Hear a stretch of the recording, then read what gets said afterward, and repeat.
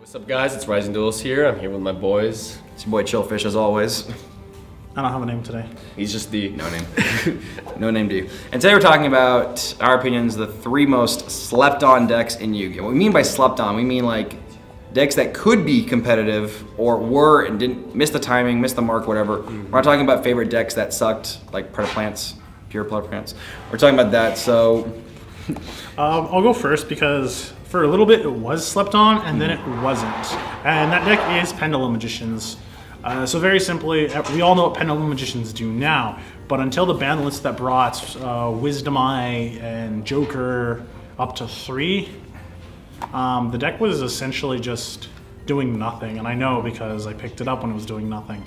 And also because it was a Pendulum deck, so people thought Master Rule 4 was going to kill it, so it was slept on, but then it became meta-relevant. Yeah, it did pretty well. It just couldn't do a lot because of that Master Rule 4, and I bet it would have done better without the Master Rule 4. But at the same time, when it did come out, just like the online scene, it didn't do anything on the online scene either. I mean, no one cared. So yeah, moving on from that, Weather Painters. I think the Weather Painters are very slept on. For one, the format we're in right now, you don't need. It's like what we were talking about, Master Rule 4, how like people were spamming like extra deck monsters. Weather Painters only have 1 link monster, and they play with just all of their regular effect monsters. And I think why it's slept on is that at this time our format is just like there's so many powerful cards that just disrupt things, but Weather Painters have so much disruption also, but they get hard countered by Magical Musketeers, hard countered. Yeah. But I can imagine in a if we give this a less powerhouse, yeah, less. But if we had more time, like if you guys look at what RCL does for the deck, like if you are able to get monsters out, RCL is going to stop everything. If they had a way to turbo out every one of their cards, like this deck would actually be powerful, which is crazy to think about. Which I think Konami, when they made the deck, was kind of like, oh shoot, that maybe this card's too strong. We need to figure out a way. I think your deck is a very balanced version, though, of a very powerful deck. Because your deck, most decks now, at least at the time of recording this video, most decks depend on either giant powerhouse cards or they're depending on the hand traps, which different story for another day. But your deck has a natural way of bringing all that together. So I think in theory, if we got rid of all those, the XYZs, so to speak, no pun intended, we would have a better deck. Hey guys, I think World Chalice is a really strong deck! My deck, for most slept on, and I think we kind of all agreed is most slept on because it had just a short time. This deck literally got bent over the table and just raped here by Konami. Not by ban list though, because I blame Blue Eyes. Because of this thing, and it's DDDD. Yep. The 3 Ds, not DDD Crow or anything, but D/D/D.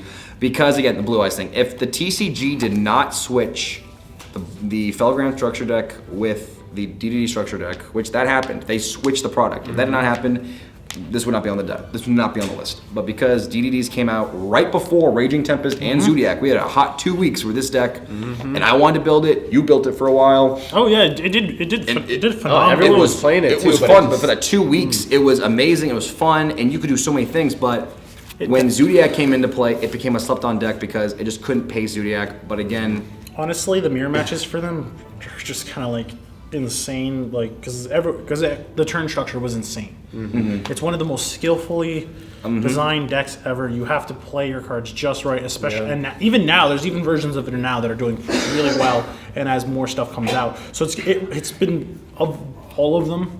We can't really use Weatheries as like or Weather Painters as a good example of what I'm talking about here. But of all the decks of the 3 decks we've talked about, it is the one that has remained a sleeper because it can come up and like snipe out a lot of decks. And people still play it at your locals. And it's a good. And I agree with you as most skilled. I would think that this could be arguably one of the at least top 5. I think, and if we get 50 likes on this, we will do a top 5 most skillful played Yu-Gi-Oh decks. If it didn't get switched around with Blue Eyes, I think it'd be a lot more meta-relevant, and it would have not been on the video because it came out 2016. But right, and I think if it came out instead of the Blue Eyes, we'd have what would have happened in 2016 would have been way different. Exactly. So like even the Worlds would have been different. I don't think DDDs would have won Worlds. But Blue Eyes would not have been in Worlds though, because Blue Eyes went up there with that thing.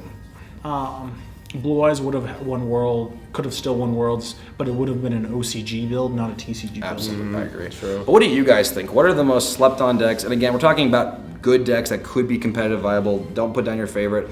I love Predator Plants. No. Like, Or like saying like Lyrilusk or something. yeah, You know, Lyrilusk, that's not like, I competitive. love those decks. Or for me, Cybers. I love Cybers, but you know, this is a whole.